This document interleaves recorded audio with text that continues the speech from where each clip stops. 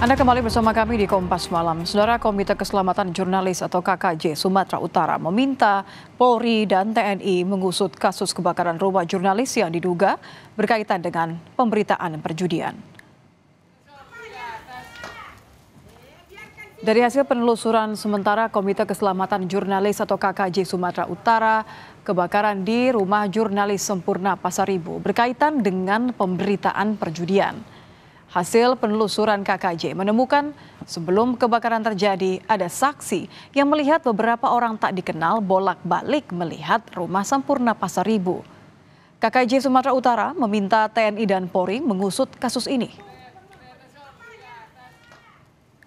Pasaribu ini sempat menghilang, sempat mengamankan diri karena merasa terancam. Dia menduga ancamannya itu berasal dari pemberitaan yang dia buat. Nah, penelusuran kami kepada para saksi sebelum kebakaran itu terjadi, ada sekitar 5 orang yang berseliweran di seputaran rumah Bang Pasaribu. KKJ Sumut menyatakan sikap meminta Kapolda Sumut mengusut tuntas kasus ini, terutama mengungkap adanya kejanggalan-kejanggalan yang terjadi. Kemudian meminta Panglima TNI mengusut dugaan keterlibatan prajuritnya yang disebutkan korban dalam pemberitaan.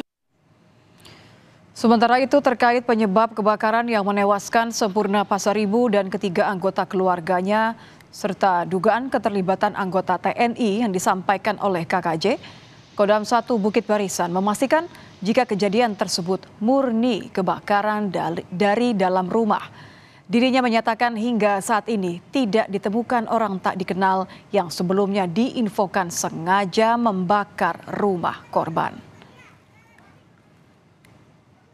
Kejadian tersebut murni kebakaran dari dalam.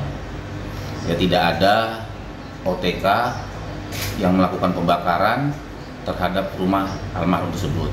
Ini dijelaskan oleh pihak kepolisian yang telah melakukan olah TKP bahwa kita tetap mengikuti proses hukum yang sudah dilaksanakan oleh pihak Polres Tanah Karo.